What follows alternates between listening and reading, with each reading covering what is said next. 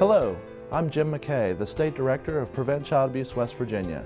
It's my pleasure to speak with you today about some exciting ways we can work together to help children and ensure a prosperous future for West Virginia. Just as there have been breakthrough developments in technology and medical research has changed how we cure diseases, there's also exciting research about how we can prevent child abuse and neglect. Let me tell you what child abuse prevention looks like. In West Virginia, we value children and want the best for them today and for their future. In fact, studies from leading economists confirm that child development is a foundation for community and economic development. For our state to thrive, we need to take action to replicate effective policies and programs for children. Research findings also confirm what we've known all along, that children are shaped by the people, experiences, and environment in which they live. Experts describe this interaction as serve and return, like in a tennis match. A baby coos, and the parent smiles and speaks back to him. A toddler reaches out her hand, and a caring adult takes firm hold of it. A child says his first word and gets a big hug from grandma. The child and adult interact back and forth like this, based on what the other is doing. Healthy child development hinges on many of these supportive interactions every day. Helping children is something we must all do together. Everyone has a role to play. Unfortunately, when our communities are disconnected and don't support children's development, then our opportunities for success are disrupted. Research about brain development confirms that a child's future is hindered if they endure toxic stress in their lives. Neglectful relationships, unsafe living conditions, and exposure to violence all have lifelong consequences.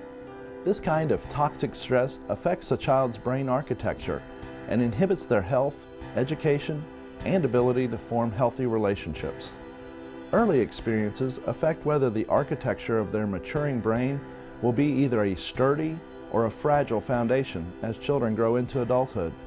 Unfortunately, we can't bubble wrap our children like we do other precious and fragile things, but there are effective ways we can safeguard them. Working together, family, friends, professionals, and policymakers form protective circles of caring around children. These circles help ensure children grow up to become all that they can be, physically, emotionally, intellectually, and spiritually.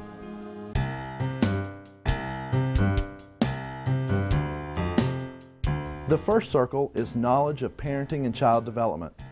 Since children don't come with instructions, understanding child development and behavior can be challenging. All of us need to know how children learn, what's reasonable to expect at different ages, and how to deal with common behaviors like crying, biting, and talking back. We form this circle by ensuring that all parents have information about stages of development and by working to improve our own parenting skills. Programs and neighborhood centers that provide this information can help parents better recognize their children's progress.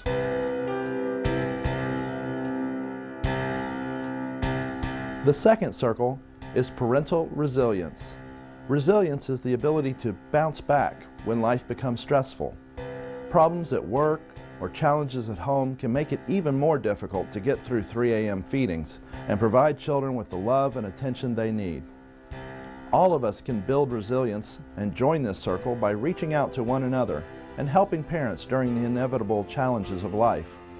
This circle is also formed by community programs, such as in-home family education and through parent support groups at local churches and hospitals. These programs help parents cope in a positive manner with the normal challenges every family faces at some point in their lives.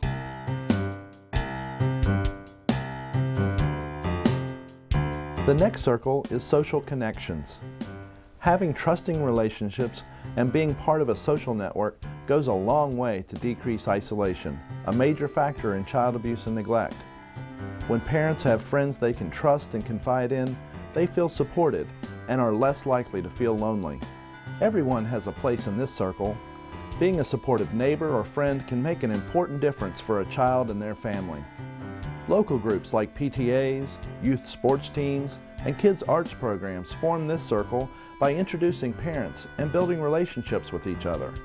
Even connecting online through email and sites like Facebook can help parents feel less isolated.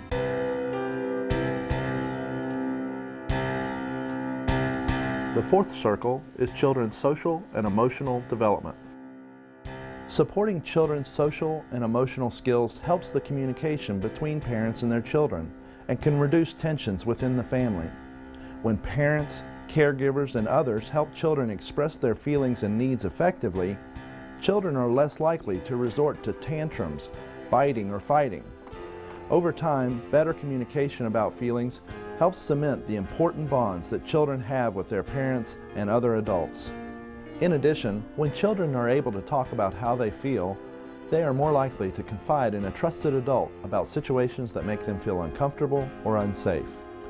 This circle of caring includes quality early care and education programs that nurture children's relationships and help them learn how to express themselves. Others can join this circle by showing an active interest in how children are feeling. For example, by saying, "You look sad," or asking, "How does that make you feel?"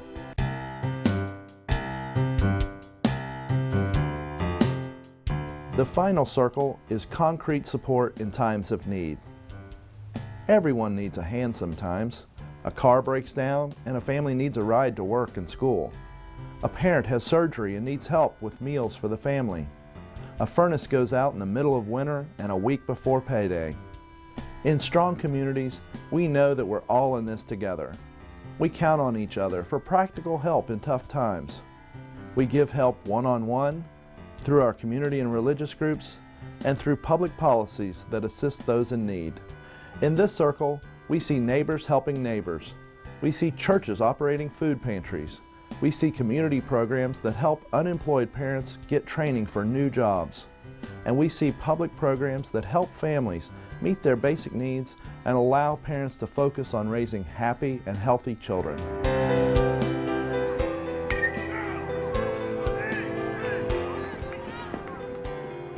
These 5 circles of caring show how we can work together to support children and families.